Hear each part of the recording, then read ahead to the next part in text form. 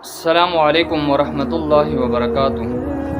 یہ کسی نے سوال کیا ہے کہ مجھے طلاق کے وسوسے آتے ہیں، ہر وقت یہ وسوسہ آتا ہے کہ میں اپنی بیوی کو طلاق دیتا ہوں، تو آیا اس کا حل کیا ہے؟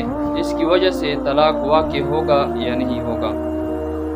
تو معزز سامعین کرام، جب تک جو ہے انسان کے منہ سے طلاق کے الفاظ نہ نکلے، جب تک کسی نے طلاق کے الفاظ نہ نکالے ہو، تو محض دل میں طلاق کے وسوسے اور خیالات آنے سے اور اس طرح طلاق کا شک پیدا ہونے سے طلاق واقع نہیں ہوتا، جب تک آپ نے جو ہے منہ سے الفاظ جو ہیں وہ نہ نکالے ہو۔ لہٰذا اگر کسی کو ایسے وسوسے آتے ہو کہ میں اپنی بیوی کو طلاق دیتا ہوں، تو اس کی طرف جو ہے وہ توجہ نہ کرے۔